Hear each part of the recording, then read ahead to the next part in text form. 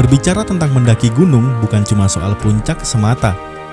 Kita harus menata rute destinasi, mempersiapkan peralatan dan pilihan skema logistik, mencari informasi cuaca yang berhubungan dengan kondisi medan terkini, dan yang pasti, kesiapan mental dan fisik.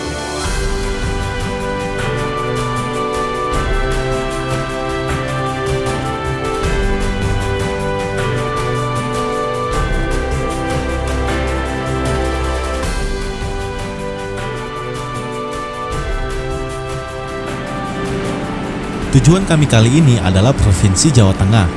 Dari kota Malang, tempat saya bekerja, kami memutuskan untuk memanfaatkan transportasi bus menuju ke kota Solo. Ini menjadi trip panjang kali kedua saya untuk melaksanakan pendakian. Memanfaatkan tanggal merah dan hari Sabtu Minggu, kami percaya diri untuk sejenak meninggalkan rutinitas pekerjaan yang ada. Dari sini menuju kota Solo akan memakan waktu sekitar 6 jaman, sehingga untuk logistik akan kami beli nanti ketika tiba di sana. Sementara ini tas carrier masih diisi perlengkapan dan peralatan saja.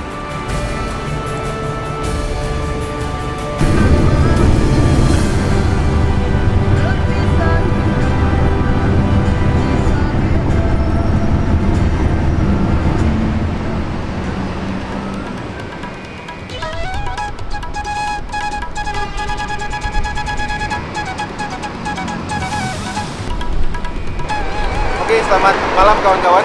Saat ini kami sudah sampai di Terminal Tirtonadi, Solo. Jadi rencananya 2 hari ke depan kami akan naik salah satu gunung yang ada di Solo, yaitu Gunung Lawu, dan itu via Ceto. Nah, seperti biasa teman-teman, kita tadi sudah berangkat dari Malang, dari Arjosari, dan karena memang tadi itu rada delay teman-teman ya, jadi kita ini sekarang baru nyampe jam 7 malam. Dan rencananya dari sini menuju base camp, sebenarnya bisa melalui charteran lagi pakai bus ke Karangpandan, Terminal Karangpandan. Habis dari Terminal Karangpandan kita cari bus lagi ke Kemuning, dan dari situ naik ojek ke base camp Gunung Lawu. Tapi berhubung ini udah rada malam, takutnya nanti kita udah berangkat naik bus tapi angkotnya udah nggak ada. Jadi kita mau cari alternatif lain, mungkin kita mau charter Grabcar atau Gokar. Jadi langsung dari sini tembak langsung ke base camp Gunung Lawu via Ceto. Sesampainya di Terminal Tirtonadi, kami langsung memesan ojek online.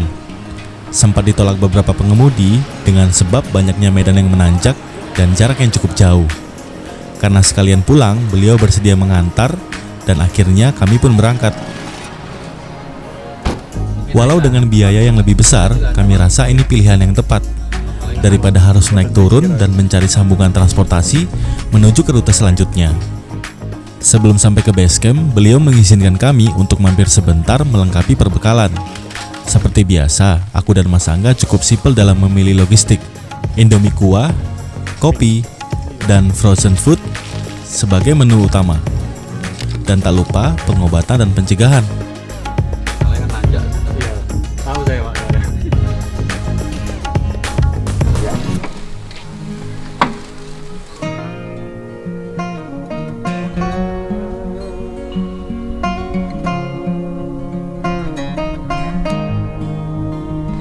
Oke, selamat malam kawan-kawan semua. Kita udah nyampe di base camp Gunung Lawu via Ceto.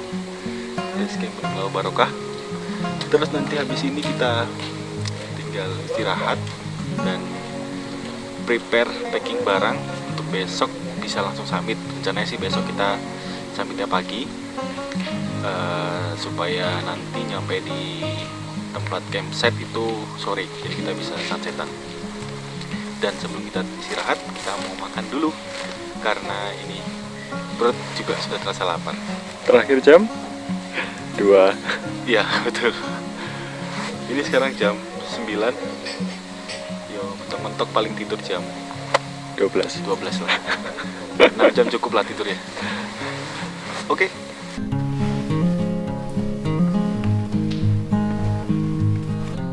Kami tiba di base camp ketika hari sudah cukup malam. Kehadiran base camp sebanyak ini, namun suasananya terasa sepi dan tenang. Maklum, para pendaki lainnya sudah terlelap memimpikan pendakian esok hari, atau sebagian mungkin masih dalam perjalanan menuju ke sini.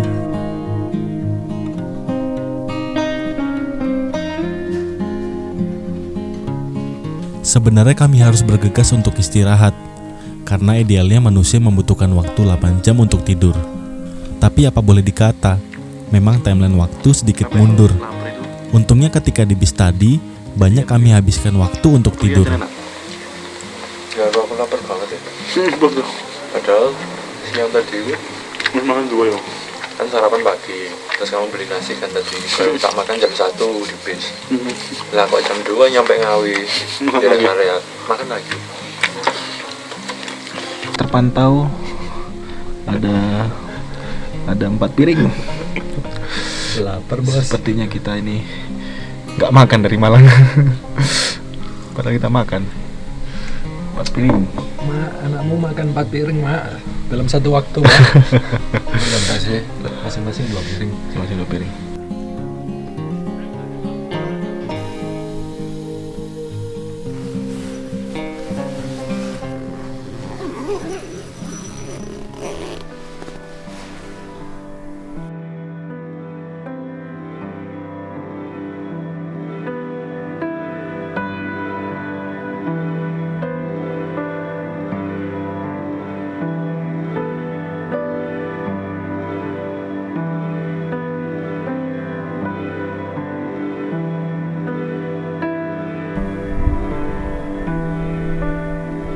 Selamat pagi semesta.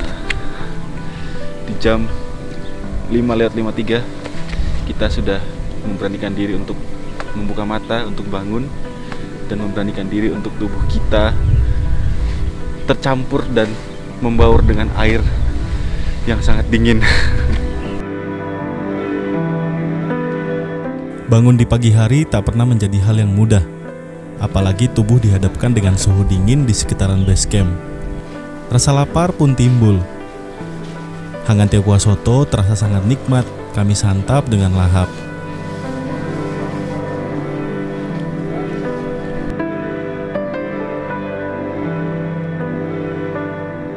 Ayo kita berangkat ke Gunung Lawu.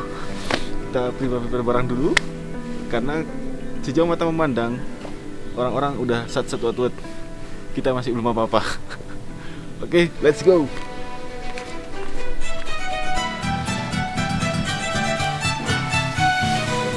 Tak mau ketinggalan para pendaki lainnya, kami pun bergegas. Peralatan, perlengkapan, dan logistik, juga air yang kami bawa secukupnya. Karena di Gunung Lawu ada beberapa mata air yang tersedia di sepanjang jalur.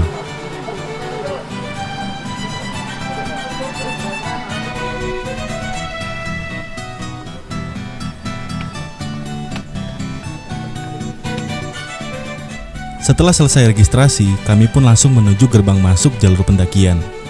Untuk mendapatkan informasi terkini terkait medan yang akan dilewati, titik campsite, mata air, candi-candi yang ada di sekitar jalur, dan juga larangan yang harus dipatuhi.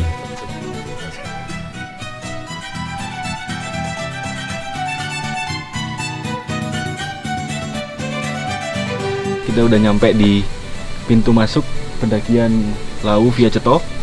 Sudah selesai registrasi, kita tinggal melanjutkan pendakian. Tadi rekomendasinya sih kita campnya di Kupak Menjangan.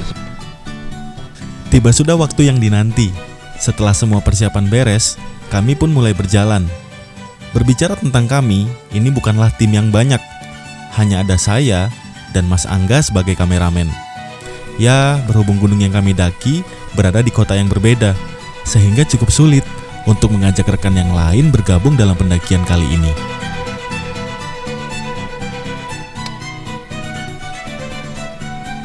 Setelah 5-10 menit pendakian, kita ketemu dengan Candi Ketek.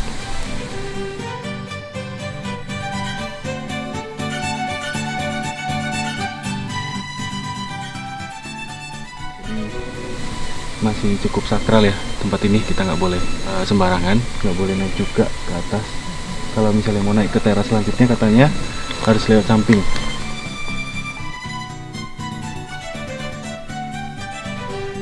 Salah satu peninggalan-peninggalan orang-orang lama yang ada di sini. Oke, respect the culture and the religion.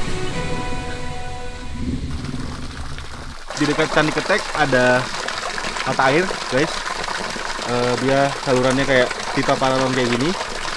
Tadi sih informasinya sebelum nyampe puncak terakhir itu mata air ada di pos 3. Di Pamejangan. Itu pun Tapi, kalau misalnya iya, hujan musiman ya. kan? Kenapa? Musiman. Ya musiman, kalau misalnya Lama hujan nggak hujan, ya kering. kering. Kami pun kembali melanjutkan perjalanan. Tak jauh melangkah, ada perkebunan warga di samping jalur pendakian. Ini merupakan dua hal yang berhubungan. Biasanya, di awal pendakian tidak terlalu berat, karena tanah masih tergolong landai dan terbuka, sehingga memungkinkan warga sekitar untuk berkebun. Lain halnya jika sudah di ketinggian. Selain jarak yang jauh, akan cukup sulit membuka lahan dengan topografi tanah miring dan lahan yang sempit. Sebelum nyampe pos 1 kita ketemu dengan semacam petirtaan atau macam kolam gitu. Tapi sih yang saya tahu informasinya sih nggak boleh nyebur ya. Mungkin ini juga sifatnya sakral juga. Terus di bawah itu ada kayak koin-koin, mungkin kayak semacam persembahan kali ya. Mungkin kayak orang-orang mau berdoa di sini.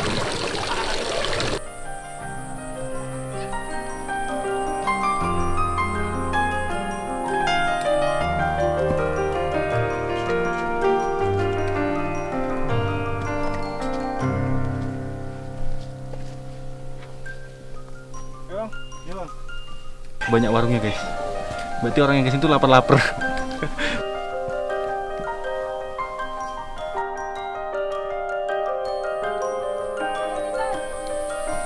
Pos 1 ya? Oke, Tinggian berapa ini? tinggian 1714. 714. Sekarang pukul 10.42. Berarti dari bawah tadi start jam setengah 10. Sekitar 1 jam 1 jam 15 menit. sampai ke pos. Enggak sih? Iya. Pos 1 memiliki area tak begitu luas. Kami disambut pendopo sederhana yang beralaskan tanah dan beratapkan seng dengan penanda kecil yang bertuliskan Mbah Beranti. Tak berhenti lama, kami pun lanjut berjalan.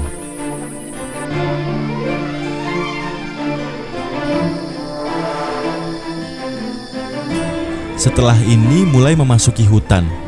Pohon-pohon di sekitaran semakin tinggi dan padat, sehingga jarak pandang hanya menyisakan vegetasi hijau dan jalur setapak yang semakin menanjak.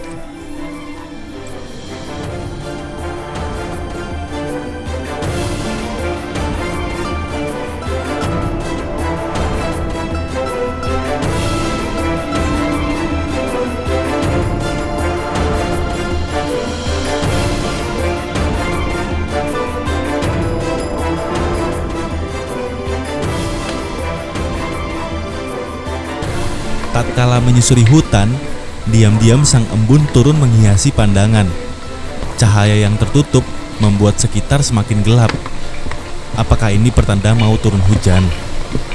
Alhasil di sini kami tak banyak berbicara dan terus melangkah dan melangkah.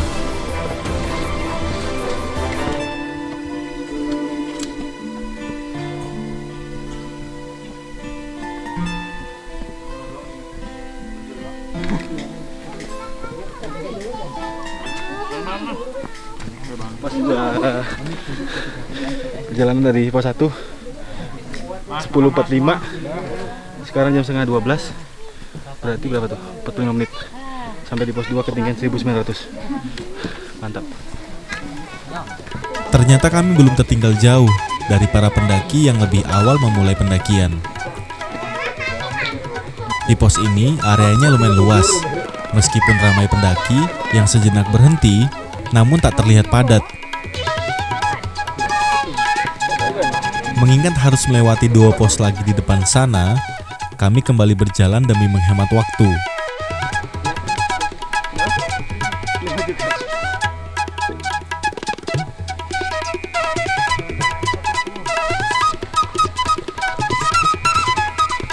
Menuju pos 3, jalur yang dilalui masih cukup sama, seperti dalam perjalanan ke pos 2 tadi.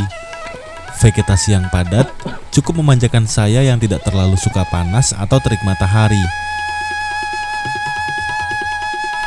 Namun, walau sesekali bertemu medan yang landai, Kemiringannya sudah mulai membuat otot kaki bekerja lebih keras. Bisa dikatakan, jalurnya didominasi tanjakan.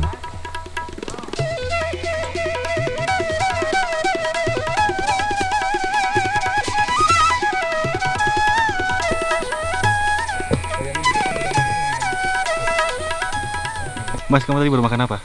Nano. Nano apa yang terkenal? Ya permen nano ikut toh. Oh iya sih, tapi ada satu lagi. Apa? Nano Karno. Rano Karno. Anjir.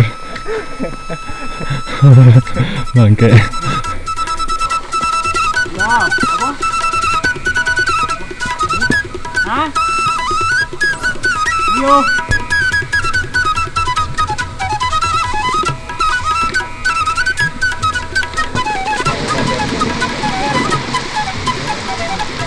Ya, Cemorodowo, ketinggian 2200. Tadi berangkat dari pos 2 itu dengan ketinggian 1900, sekitar 300 meter. Berangkat jam setengah 12. Sekarang ini kita nyampe sini tadi jam 12.45. Jadi sekitar 1 jam 15 menit. Nyampe pos 3 ini udah mata air terakhir sebelum ke Pak Menjangan. Tapi rencana kita ngambil di sini aja. Khawatir di sana nanti nggak ada kering. Satu hal yang sudah dari tadi terfikirkan olehku, yaitu makan. Makan yang banyak. Santapan sederhana siang ini telah kami bawa dari base camp tadi. Walau sudah dingin, tetap saja terasa nikmat ketika sudah lelah begini. Kenapa emang? Beruntung banget Mendapatkan? yang besar. Tapi bukan tekad. Yang besar. Ada hal unik di gunung ini yang tidak banyak ditemui di gunung-gunung lainnya, yaitu warung yang masih tersedia di ketinggian. Sempat terfikirkan bagaimana mereka bertahan dengan segala rintangan ini. Oh, sungguh luar biasa. Itu menjadi warung terakhir sebelum warung tertinggi di Pulau Jawa yang cukup terkenal, yaitu warung Boyem yang akan kita temui di Argo Dalam nanti.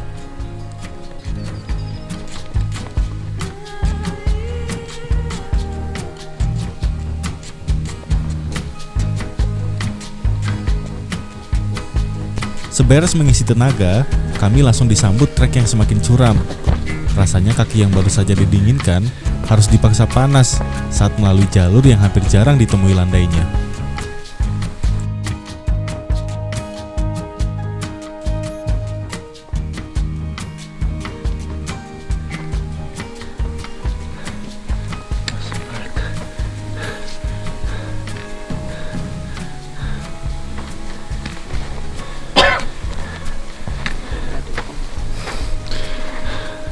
Tinggian 2550 dari pos 3 2200. Berangkat jam 2, nyampe jam 3.17. 3.15 menit lagi. 1 jam 15 menit lagi. Mantap. Treknya sadis.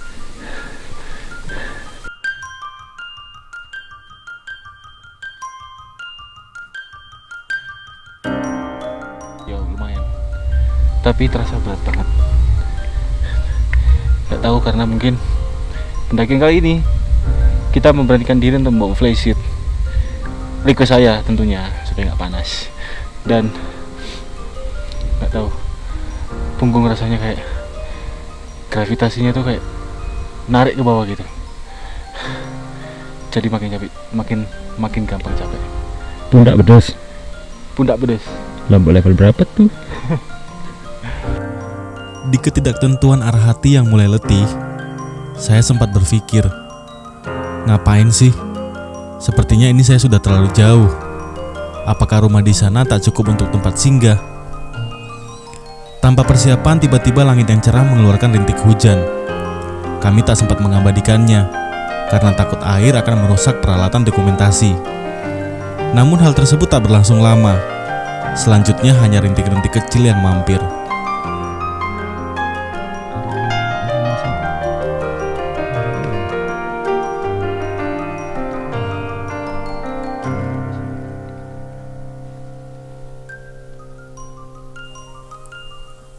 Perubahan fenomena yang berlangsung singkat membuat kita hanya bisa bersiap Layaknya angin, tidak ada arah pasti. Kita hanya bisa merencanakan, namun tak bisa mengendalikan setiap belokan tak terduga yang akan muncul di setiap tikungan perjalanan. Oh, apakah kali ini kami akan berhasil?